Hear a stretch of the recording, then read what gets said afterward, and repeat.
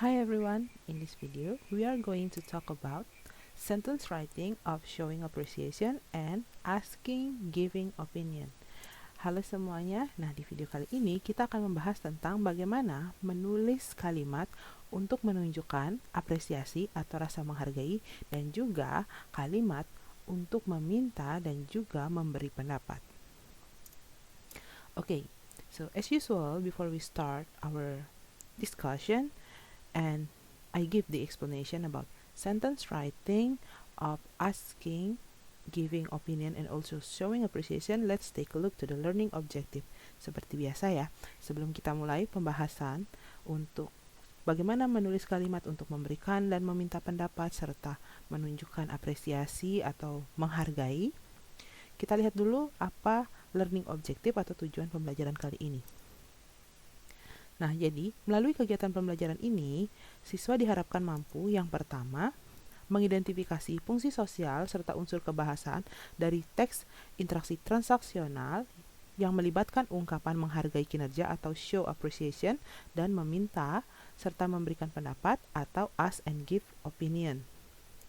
Yang kedua, siswa mampu menulis teks lisan sederhana untuk mengucapkan dan merespon ungkapan menghargai kinerja, to show appreciation, dan juga meminta serta memberi pendapat atau give and ask opinion. Nah, jadi tujuan pembelajaran kita di sini ada dua, yaitu pertama, mampu mengidentifikasi fungsi sosial terkait ungkapan showing appreciation dan juga asking giving opinion. Yang kedua, mampu menulis teks lisan sederhana yang berkaitan dengan showing appreciation dan juga asking giving opinion. Okay, so now let's we start from showing appreciation, the sentence writing. Kita mulai dari bagaimana menulis kalimat untuk mengucapkan atau memberikan apresiasi atau menghargai sesuatu maupun seseorang. Okay, so as you remember, appreciation is the way we show our that we appreciate someone because their good attitude or because something is good. Nah, jadi seperti yang anak-anak bisa ingat, apresiasi itu atau appreciation adalah cara kita untuk mengapresiasi, menghargai seseorang karena misalnya mereka melakukan sesuatu yang baik ataupun karena melihat sesuatu hal yang bagus, seperti itu ya. Okay, so the first one, sentence pattern with what a. Nah, di sini kita melihat ya bagaimana menulis kalimat dengan menggunakan frase what a. Kalau di bahasa Indonesia kan what a itu seperti bukan artinya apa ya, tapi di sini artinya adalah seperti bilang sungguh gitu. Wah, for example. Okay, let's we read together the sentence. Kita baca bersama-sama setiap kalimatnya ya, sentence-nya. What a beautiful dress. Nah, di sini artinya adalah sungguh baju yang cantik, sungguh dress gaun bisa yang cantik gitu ya. What a kind person. Sungguh orang yang baik. Wah, orang yang baik, seperti itu juga bisa. What a melodious song. Sungguh lagu yang merdu. What a great mark. Sungguh nilai yang luar biasa, yang sangat baik. What a nice watch. Sungguh jam tangan yang bagus. What a wonderful house. Sungguh rumah yang luar biasa, cantik, indah, seperti itu. What a diligent boy. Sungguh anak yang rajin. What a fantastic performance. Sungguh penampilan yang fantastis. Now, let's identify each word in the sentence using one examples from the sentence. Kita akan mengidentifikasi bagian-bagian dari kalimatnya dengan menggunakan salah satu contoh kalimat yang ada di atas tadi. Okay? Nah, kita gunakan di sini kalimat. Nah, di sini what a beautiful dress. Nah, di sini anak-anak what a ya, frase tadi yang artinya wah atau sungguh gitu ya, yang menunjukkan kekaguman kita, apresiasi kita. Kemudian beautiful di sini artinya cantik atau indah. Kemudian ada kata dress ya, kata benda.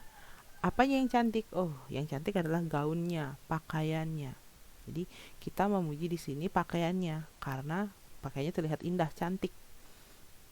So in English we say, what a beautiful dress. And the sentence pattern, nah sentence patternnya seperti apa? Jadi kata what a, kemudian diikuti oleh adjective, and then noun. Ya, jadi kata what a yang artinya sungguh gitu ya, atau wah, diikuti dengan kata sifat adjective, kemudian baru diikuti oleh kata benda. Kalau di bahasa Indonesia kata benda lebih dahulu sebelum kata sifat, di bahasa Inggris kata sifat terlebih dahulu baru diikuti oleh kata benda. Okay, that's the difference. Itu perbedaannya antara bahasa Indonesia dengan bahasa Inggris. Okay, now let's we practice. Kita coba latihan sedikit dengan menggunakan contoh yang sebenarnya tadi sudah ada. Pertama, sungguh orang yang baik. Wah, orang yang baik. Bahasa Inggrisnya seperti apa?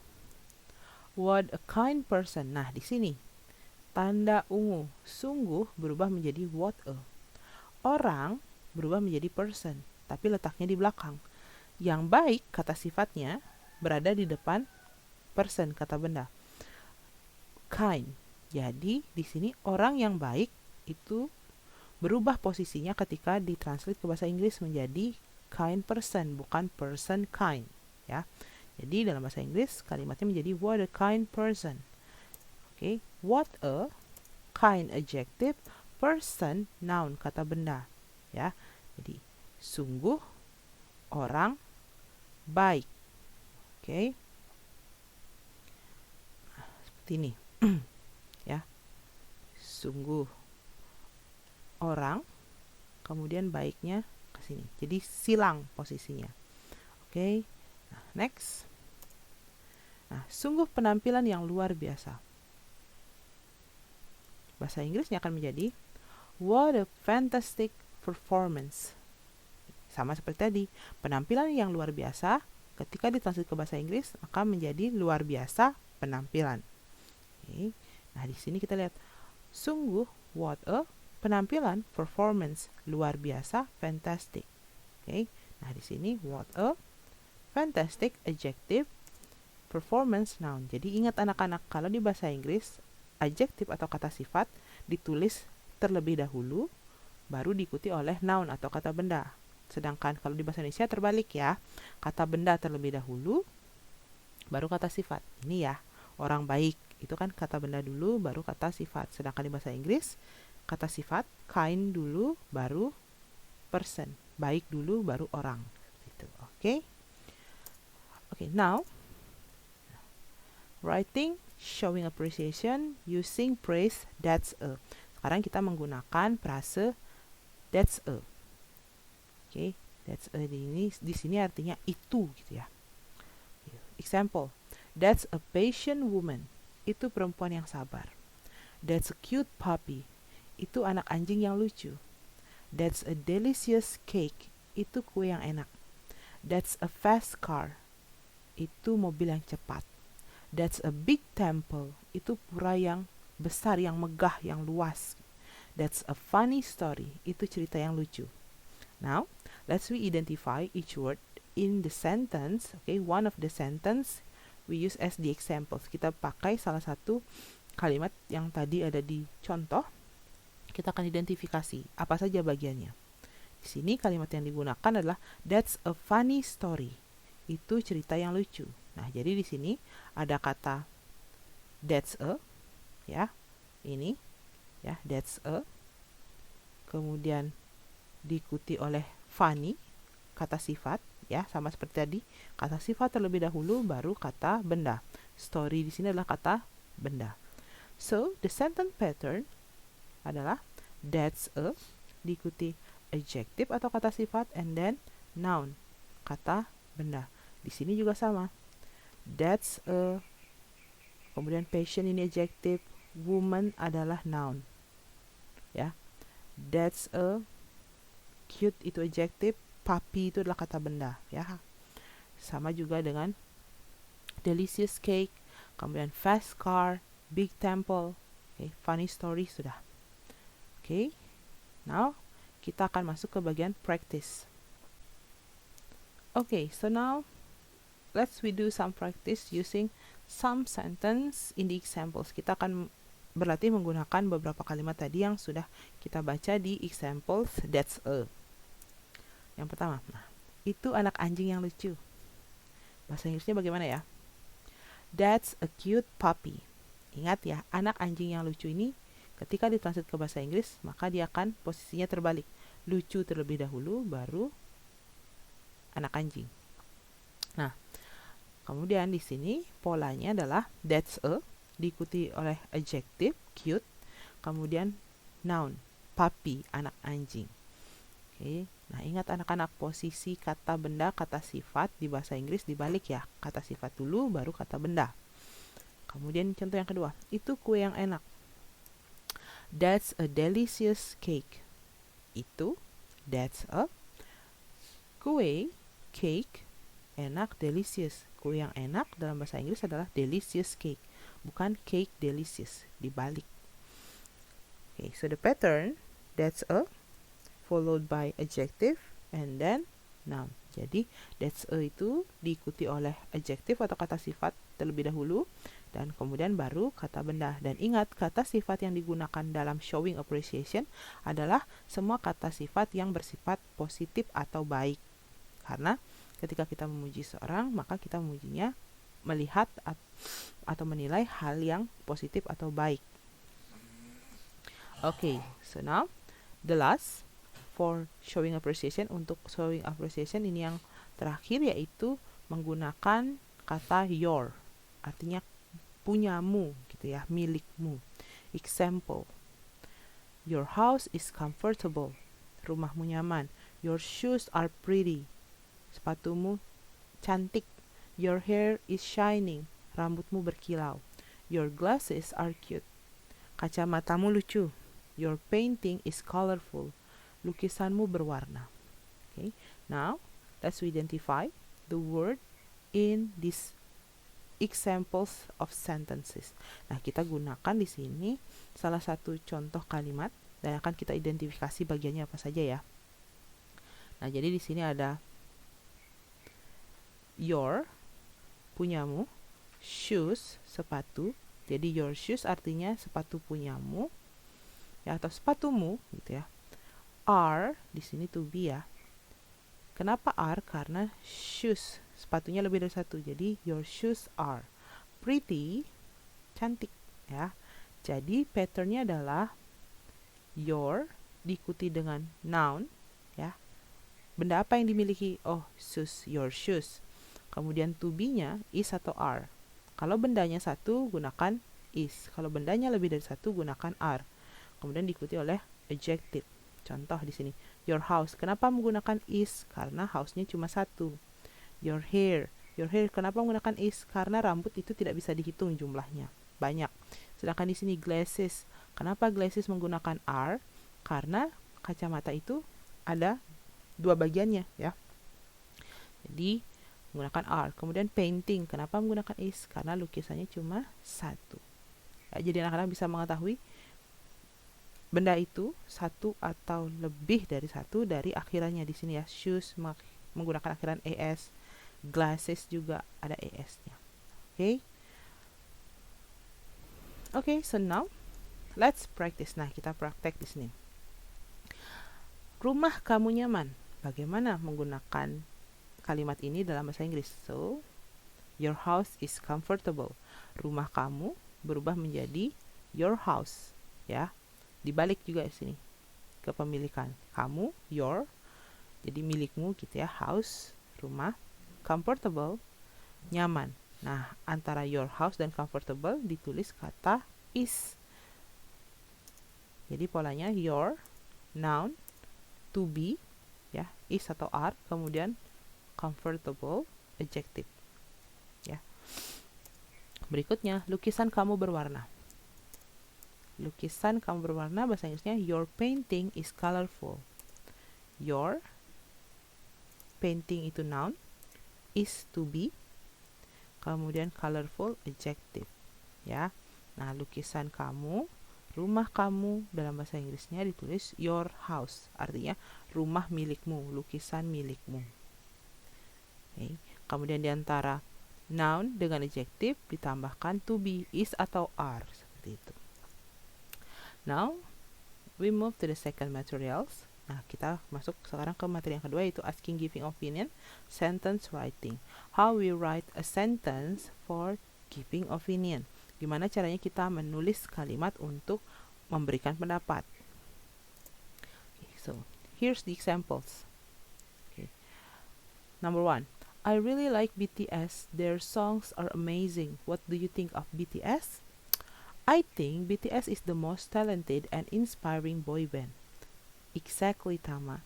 Nah, di dialog pertama antara Dayu dan Tama ini, Dayu bertanya, asking opinion. What do you think of BTS?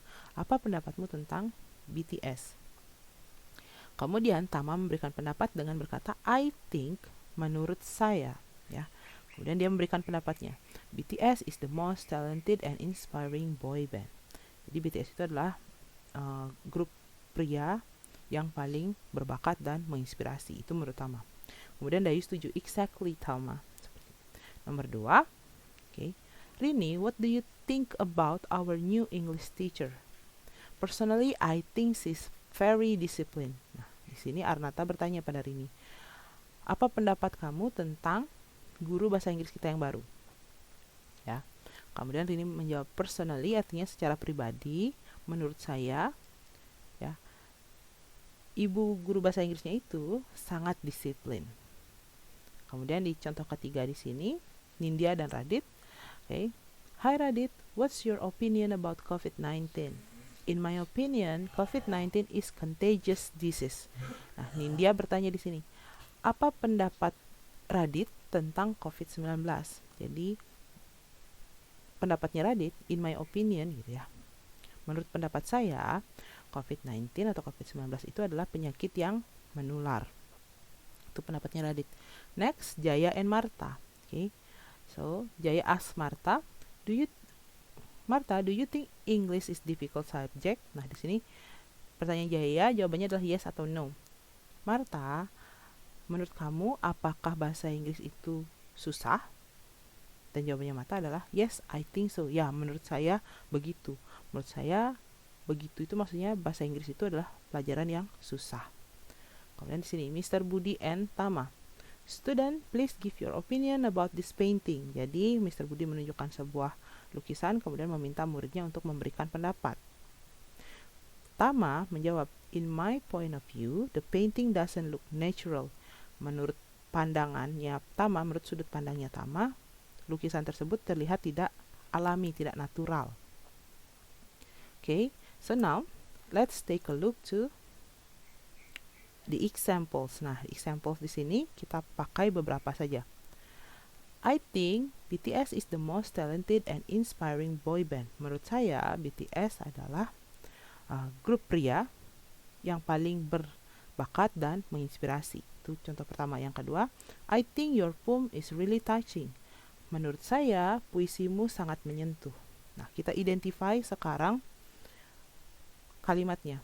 Pertama di sini, I think, ya, lalu ketika memberi pendapat diawali dengan kata I think, kemudian ya, I think diikuti dengan noun BTS, kemudian to be-nya apa? Is atau are.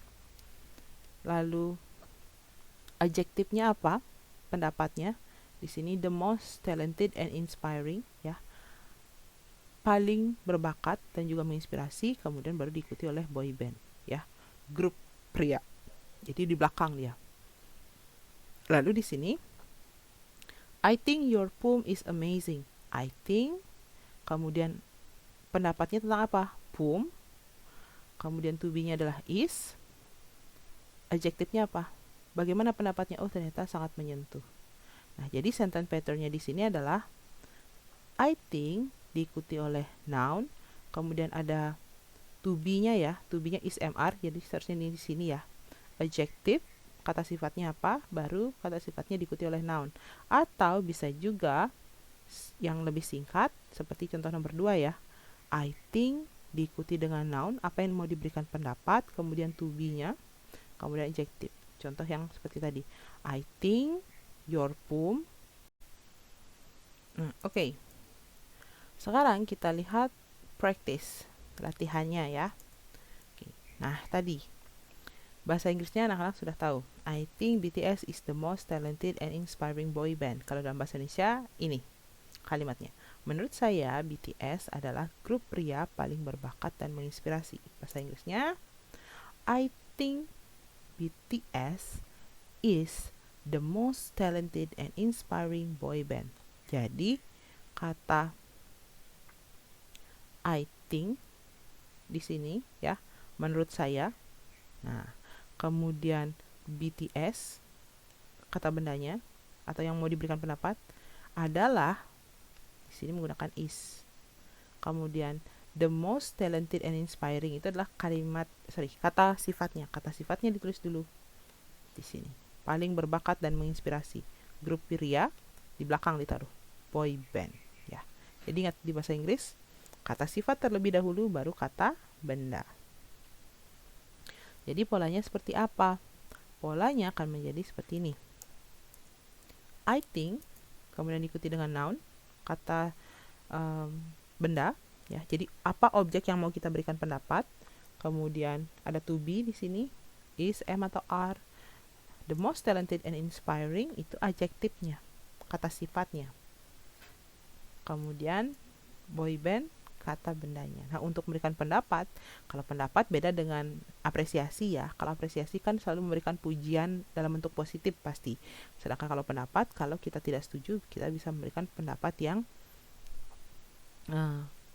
tidak harus baik. Jadi bisa juga saja berupa kritik seperti itu. Jadi kata sifatnya tidak selalu yang bagus seperti itu. Nah, berikutnya yang terakhir di sini. Menurut saya puisimu sangat menyentuh. Oke. Nah, seperti apa jadinya dalam bahasa Inggris? I think your poem is really touching. Nah, di sini kita lihat. I think, menurut saya, your poem, puisimu.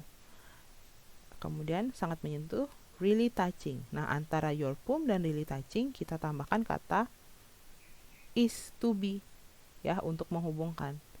Kenapa menggunakan is? Karena poemnya cuma satu, puisinya cuma satu. Kalau your poems berarti are. Nah, berikutnya bagaimana jadinya? Jadi I think follow by noun. Your poem itu adalah kata benda, puisimu. Kemudian is di sana to be-nya, really touching, adjective, kata sifatnya ya. Di sini tidak ada kata benda di akhir kata sifat. Jadi kalimatnya berhenti di menurut saya puisimu sangat menyentuh. Titik. Jadi menurut saya puisimu ini adalah objek yang diberikan pendapat. Kemudian bagaimana pendapatnya? Oh, menyentuh. Ya, really touching. Okay, so now it's your turn to do the practice. Jadi sekarang giliran anak-anak melakukan latihan praktek ya. Silakan anak-anak coba membuat kalimat pendapat, kemudian buat dalam bahasa Indonesia terlebih dahulu, kemudian diubah ke bahasa Inggris dengan pola yang tadi sudah Miss jelaskan. Begitu juga dengan showing appreciation. Anak-anak bisa menggunakan, for example, you can use what a, that's a, or your. Ya. Jadi anak-anak bisa menggunakan frase seperti what a yang artinya sungguh, kemudian that's a itu, ataupun your, milikmu. Untuk appreciation ya, untuk menunjukkan rasa menghargai atau rasa apresiasi, ungkapan pujian seperti itu. Sedangkan untuk asking, giving opinion, silahkan gunakan tadi what do you think about, what do you think of, kemudian I think ya. Silahkan anak-anak berlatih, okay?